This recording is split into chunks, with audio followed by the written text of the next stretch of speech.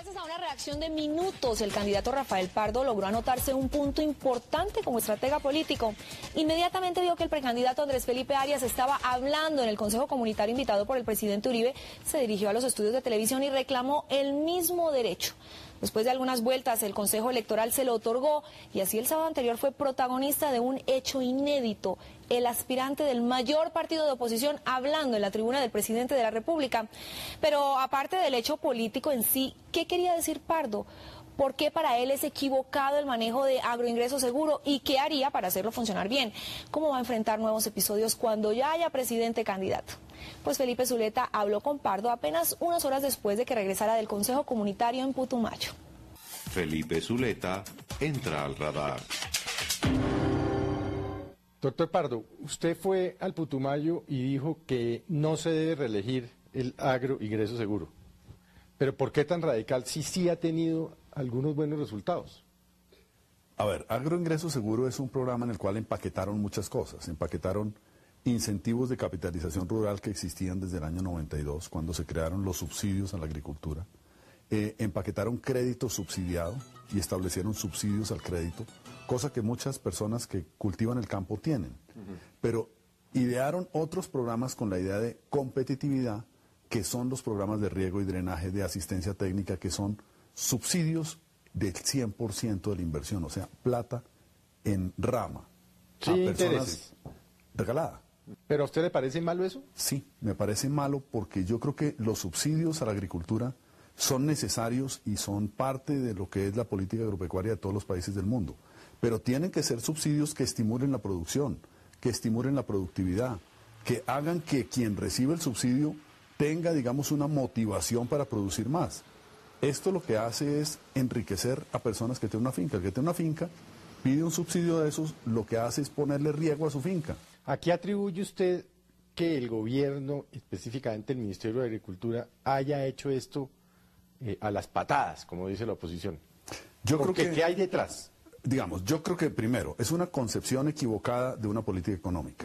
Esa es la misma política de rebajarle impuestos a los que ya tienen utilidades, la misma política de las zonas francas, que es rebajarle los impuestos a los que tienen la capacidad y el capital para poner fábricas ahí, y la misma política de agroingreso seguro, que es darle plata regalada a los que no necesitan esa plata regalada. Bueno, de hecho, perdón, interrumpo, esta semana el DANE habla de 25 millones de colombianos desempleados. La pobreza en el sector rural bajó de 67% a 65% en los últimos 5 años, 2 puntos.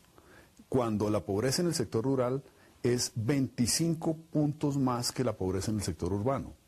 Entonces, ¿qué es lo que estamos viendo? Nunca ha habido tanta plata en agricultura. Este gobierno logró que el Congreso le aprobara, y es un mérito del Congreso, un aumento inmenso en el presupuesto para agricultura. Pasó de 500.000 millones al año a 1.8, o sea, se multiplicó por más de 3. Pero ¿y entonces qué se hizo esa platica? Esa plata fue a productores que no tenían el estímulo de aumentar la productividad. Los distritos de riego en fincas, en intrapredio, como llaman. ¿Percibe usted en todo este tema, pues, todo este escándalo de agroingreso seguro, torpeza o mala fe? Los programas de riego y drenaje eran programas por demanda, o sea, no había cupos regionales, no había cupos, digamos, en términos de prioridades de cultivo, sino el primero que llega coge la plata. Hubo convocatorias que a las 2 horas se acabó la plata. ¿Quién pudo hacer uso de esa convocatoria? El que tenía información, el que sabía que eso venía, el que tenía amigos en el ministerio. Eso explica por qué hay un tráfico de influencias. Hay un viceministro del Magdalena y el 20% de los recursos de crédito fueron al Magdalena. Es decir, esos son temas, digamos, de indolencia en el diseño de la ejecución de la política. Hubo indolencia en el sentido de que le dieron plata a personas muertas, a personas inexistentes, a decenas de personas que estaban inhabilitados para contratar con el Estado. A narcotraficantes. A mafiosos que están en la cárcel esperando la extradición. Pero además el ministro del Interior, que es una cortina de humo que el gobierno usa muy frecuentemente, trató de poner la responsabilidad en los que reciben. Incluso los llamó, a los ministros dicen que son los bandidos. Pero, ¿cuáles son los bandidos? Perdone, hay empresas muy grandes, muy respetables, señores muy importantes que tienen estos créditos, que tienen estos subsidios, que han recibido estos apoyos. Dijo el presidente, y perdón, interrumpo, mientras usted estaba volando de vuelta al Putumayo, que fue que es que usted hace 15 días, cuando llegó en revisión al RTBC. a RTBC, que no quiso entrar, que es que ellos no le niegan, que lo dejaron entrar porque es que usted no quiso entrar. No, es que yo no iba a entrar, yo iba a denunciar que había un abuso. Yo iba a denunciar que había un abuso porque hubo un abuso y fue el uso de los canales del Estado que son pagados por todos, para que una persona que es candidato presidencial, con la venia del presidente, tuviera un espacio para defender una política. Eso es intervención en política. Tan es así que el procurador, del cual se acusa muchas veces de que es cercano al presidente, le mandó una tremenda carta de jalón de orejas al presidente, que no tiene antecedentes desde hace 35 o 40 años, y también el Consejo Electoral de manera inmediata me otorgó la réplica.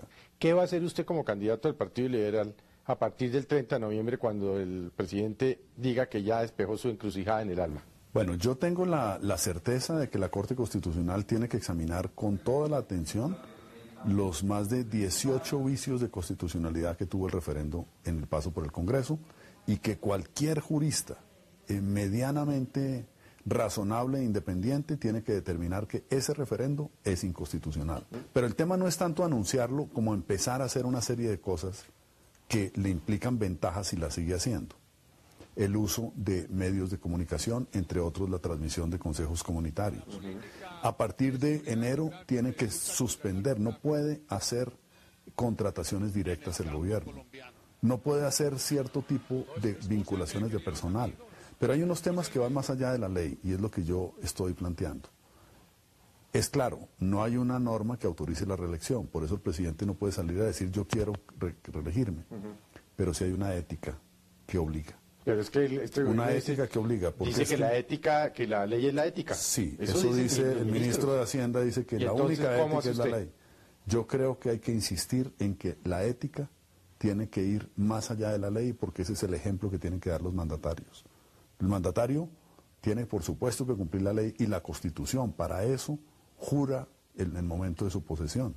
Pero tiene que darle ejemplo a los demás ciudadanos de que no abusa del poder. ¿Y cómo percibe usted, por ejemplo, que el presidente se va en el avión presidencial mientras a usted le toca en avionetas prestadas? Hacer campaña. ¿Cómo ve usted eso? Ojalá fueran prestadas. Alquiladas, pues. Alquiladas. Pagadas. Sí. No, esas son las desventajas inherentes a la reelección. Pero hay cosas que no se pueden restringir. La seguridad presidencial, por supuesto, uno no puede pretender que se disminuya si el presidente es candidato. No puede pretender tampoco que el presidente no pueda viajar en el avión presidencial. Lo que no pueden meter el equipo de campaña y los afiches de su campaña y los pasacalles de su campaña en bienes públicos o en medios de transporte público, porque eso sí es abusar de su ¿Y cómo controlar eso? Por eso yo creo que lo que hay que pensar es en el tema de la ética. Y tengo un ejemplo que es muy interesante, la reelección que hizo el expresidente de Francia. En Francia estaba establecido que la campaña es de un mes, 30 días. Mitterrand era presidente.